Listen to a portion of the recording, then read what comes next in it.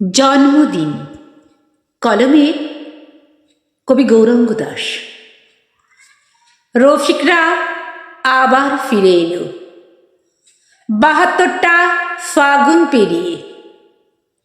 কোটরে চলে গেছে চোখ, বলিরেখায় মেখেছে ঝড়।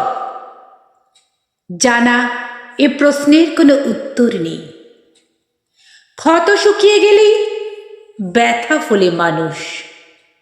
যা বেঁচে থাকে তা হলো জন্মদিন। আজ ভাষার জন্মদিন, বলা যায় রফিকদের হারাবার দিন, আমাদের আনত হবার দিন। এই আমি চাঁদ গলে পড়া আলো বুকে শহীদ বেদির দিকে ঢেউ নিয়ে এগিয়ে যাচ্ছি।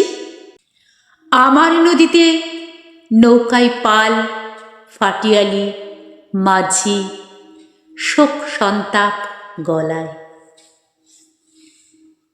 কণ্ঠে আমি শর্মিলা।